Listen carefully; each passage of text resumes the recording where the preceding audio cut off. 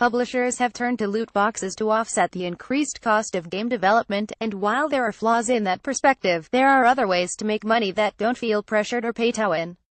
In light of recent controversies surrounding Star Wars Battlefront 2 and Forza 7, here are my ideas. Point 1. The cosmetic loot box. Gamers don't hate the loot box concept in all incarnations. Frustrations focus primarily on the gameplay-centric items included in them. If you want fans spending extra cash, limiting loot boxes to cosmetics has proven to be an effective strategy. Just a year after its launch, Blizzard announced that Overwatch had become a billion-dollar game, thanks in large part to its cosmetic loot box sales. In 2015, Dota 2, another game that emphasizes cosmetics, was making $18 million a month for Valve. Especially with a universe like Star Wars, why is EA not leaning into cool skins for troopers and droids? Gamers approve of this model, so why not use a two-tier what's available to progression? Another alternative that doesn't totally remove the loot box is to reorganize how they're tiered. The Star Wars Battlefront 2 beta raised concerns that any player could instantly access the game's best gear at random, or by paying a bunch of money for boxes. To take out that pay-to-win element, the simple solution is to tie available loot boxes to progression in the game. It keeps that element of random chance publishers want, while also respecting the time of hardcore players. Higher ranks grant higher loot box tiers.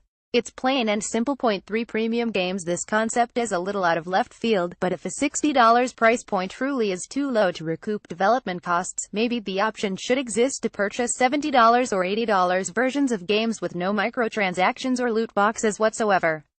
It'd essentially be a director's cut with progression the way the developers intended. I'd be willing to pay an extra $10 to not be annoyed.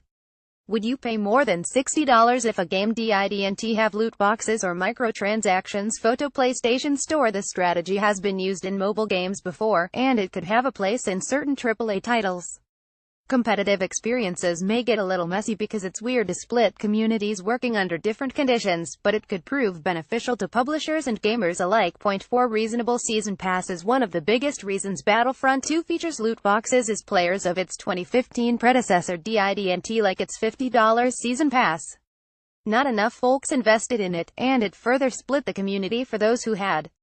Until sales brought the deluxe edition price down, matchmaking issues became a problem.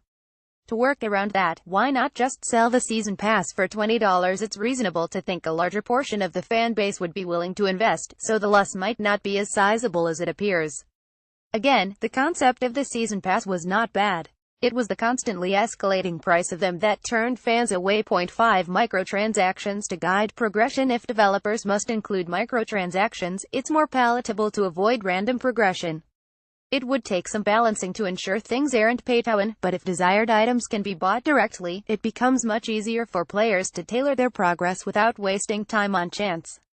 Prices need to stay low enough that items can be bought with an in-game currency after a small grind.